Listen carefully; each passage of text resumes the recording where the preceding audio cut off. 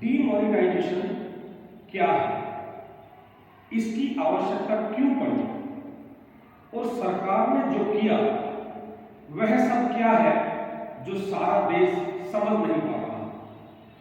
दोस्तों, हम इस देश को अपना एक ह्यूमन बॉडी, एक शरीर मान के चले तो इस देश में अलग अलग स्तर पर बैठे हुए लोग, ब्यूरोक्रेट्स, नेता और सारे मैकेनिज्म इस शरीर के अलग अलग पार्ट समझे। जैसे शरीर में एक दिल है, लंग्स है, आंख है, नाक है, सर है, हाथ है, पांव है। यदि ये सारे के सारे अंग इस डर से कि कभी किसी इमरजेंसी में जो ब्लड का सर्कुलेशन हमारे पास आ रहा है उसकी जरूरत इमरजेंसी में हमें पड़ेगी, इसलिए हम उस ब्लड की सप्लाई में से थोड़ा थोड़ा ब्लड निकाल के जोड़ते रहें, तो हम एक क्रिटिकल समय के लिए बेफिक्र रहेंगे। दोस्तों, यदि शरीर के सभी अंग ऐसा करने लगे, दिल अपने लिए अलग खून जमा करने लगे, हाथ अपने लिए अलग खून जमा करने लगे, सर अपने लिए अलग खून जमा करने लगे, पांव अपने लिए अलग खून जमा करने लगे, लंग्स अपने लिए अलग खून जमा करने लगे, तो वो खून जो बॉडी से बार बार जनरेट होके जा रहा है और वहां इकट्ठा हो रहा है, इसे कहते हैं ब्लैक मनी, जो पैदा शरीर से हुई, लेकिन कुछ नेताओं ने, कुछ ब्यूरोक्रेट्स ने और इंडस्ट्रियलिस्ट ने उस शरीर में से उस ब्लड को निकालकर शरीर से बाहर स्टोर कर दिया, यह समझते हुए कि ये हमारा इमरजेंसी में काम आएगा। दोस्तों, यदि शरीर से लगातार इस तरह से ब्लड निकलता रहे और अलग इकट्ठा होता रहे तो शरीर की परिस्थिति क्या होगी? ऐसी ही किसी परिस्थिति से मेरा देश गुजर रहा है। आज सरकार ने जो किया वो इस पूरी बॉडी का इकोनॉमिकल सर्जिकल स्ट्राइक किया, जिसे मैं कह सकता हूं कि सरकार ने पूरे देश का, एक डॉक्टर ने पूरी बॉडी का ऑपरेशन किया। उस ऑपरेशन में जो लोग शरीर से बाहर ब्लड को जमा कर चुके उसको शरीर से काट के फेंक दिया। इसके साथ साथ उस मैकेनिज्म में लगे हुए हमारे जैसे लोग, उन्हें भी तकलीफ का सामना करना पड़ा। इस ऑपरेशन के लिए सरकार को पूरा शरीर, पूरा व्यक्ति, पूरा देश को एक स्ट्रेचर पर लेटाना पड़ा, उसे एनेस्थीसिया देना पड़ा, उसके लिए सर्जरी की। सर्जरी के बाद अभी इस समय राइट नाउ यह देश उस परिस्थिति से गुजर रहा है जिस परिस्थिति से मैं या आप ऑपरेशन के बाद गुजरते हैं। समस्या को रिमूव किया जा चुका है, बट जहां से कट लगे वहां पेन है। शरीर आने वाले समय में रिकवर करेगा, गारंटेड रिकवर करेगा, लेकिन अभी उसे आराम की जरूरत है। देश अभी उस पेन से गुजर रहा है जो सर्जरी के कारण अलग अलग अनवांटेड आर्टिकल्स को निकाला गया। दूसरी चीज, इसके बाद दोबारा से इस तरह की एक्टिविटी रिपीट ना हो, इसके लिए सरकार ने कैशलेस ट्रांजैक्शन पर जोर दिया। इस बीमार पड़े स्ट्रेचर पर पड़े हुए, ऑपरेशन किए हुए इस देश को सरकार ने आगे बहुत तेजी से ले जाने के लिए जो काम किया है, उसके लिए कैशलेस ट्रांजैक्शन एक बहुत जरूरी कदम था। आज पूरा शरीर, पूरा देश उस दर्द को झेल रहा है जिस दर्द के लिए शायद सारा देश जिम्मेदार नहीं है। लेकिन दोस्तों, आप भी जानते हैं और हम भी जानते हैं कि इस शरीर का किसी भी अंग का छोटे से छोटा ऑपरेशन होगा तो ऐसा नहीं कर सकते कि डॉक्टर साहब मेरी उंगली का ऑपरेशन है, आप इस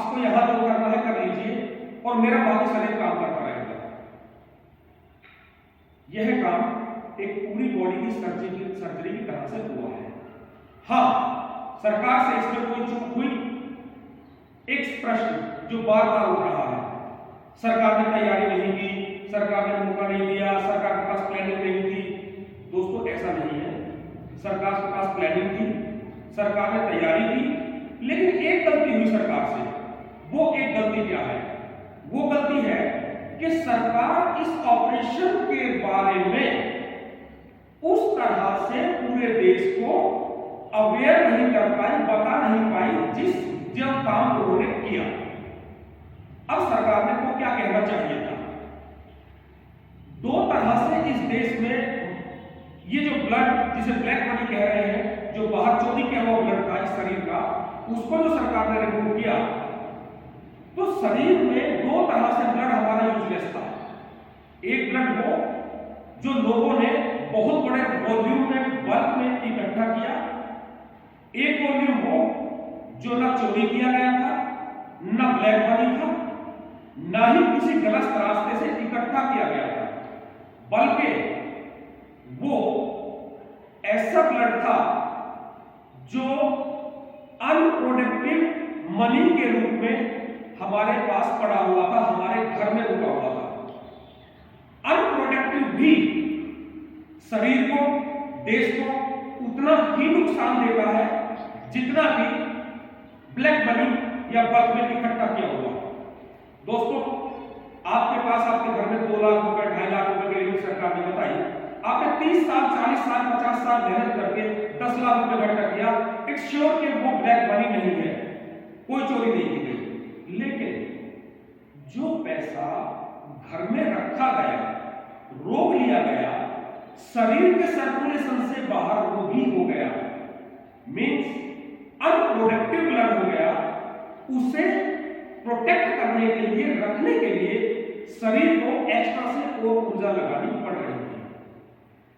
उस अनप्रोडक्टिव मनी को सर्कुलेशन में लाने के लिए, इस बॉडी को बॉडी बिल्डर बनाने के लिए, इस देश को दुनिया का नंबर 1 कंट्री बनाने के लिए सरकार ने अनवांटेड आर्टिकल्स को काट के सर्जरी करके निकाल दिया, अनप्रोडक्टिव मनी को सर्कुलेशन में ले आए। आज से ठीक 6 महीने के भीतर, आने वाले अप्रैल तक, इस रफ्तार से रुपए की कीमत बढ़ेगी डॉलर के मुकाबले कि आज किसी चीज को परचेज करने का डिफरेंस यदि ये है, तो आने वाले 6 महीनों में ये डिफरेंस अपने आप में आ जाएगा। जो सरकार को कहना चाहिए वो ये है कि दोस्तों, आपके पास जो छोटा छोटा इकट्ठा करके धन रखा हुआ है, जो अनप्रोडक्टिव मनी है, उसको प्रोडक्शन में लाइए। वो ब्लैक मार्केटिंग वाले नहीं है, ब्लैक मनी वाले नहीं है। और जो लोग ब्लैक मनी वाले हैं, या तो आप उन्हें डिक्लेयर कीजिए, अदरवाइज आपके लिए कानून से ये सब सजा होगी। अब प्रश्न उठता है कि हम लोग ऐसा करते क्यों हैं? सरकार ने इस पर कोई ध्यान नहीं दिया। दोस्तों, महान सम्राट अशोक के बड़ी बड़ी गलतियों के बाद, आज से लगभग 2500 साल पहले सम्राट अशोक की गलती के कारण इस देश को बहुत कुछ भुगतना पड़ा। 2500 साल से हमारे ऊपर कोई सरकार, कोई राजा, कोई शासक, कोई मंत्री, कोई प्रधानमंत्री ऐसा नहीं आया जो हमें मानसिक, शारीरिक सुरक्षा प्रदान कर सके, आर्थिक सुरक्षा प्रदान कर सके। पिछले 1200 सालों में जिस तरह से हम लोगों को लूटा गया, राजाओं के द्वारा, नेताओं के द्वारा, पॉलिटिशियंस के द्वारा, हमारे पास यह विश्वास करने का कोई कारण नहीं था कि हम सोना ना जोड़े, प्रॉपर्टी ना बनाए, कैश को घर में ना रखें, क्योंकि हम 2500 साल से अनसिक्योर लाइफ जी रहे हैं।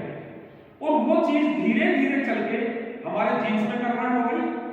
आज हमें हमारी सुरक्षा का सबसे अच्छा रास्ता कोई नजर आता है तो वो है अपने पास सोना रखना, अपने पास अपने घर में धन रखना।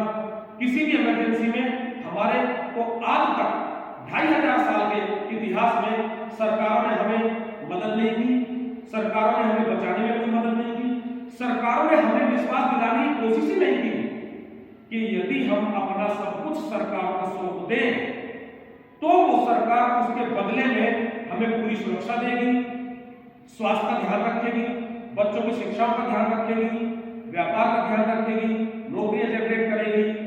Not at all. सरकार की 2500 साल की फेलियर को हम और हमारा समाज भुगत रहा है। लेकिन दोस्तों, आज समय बदल गया।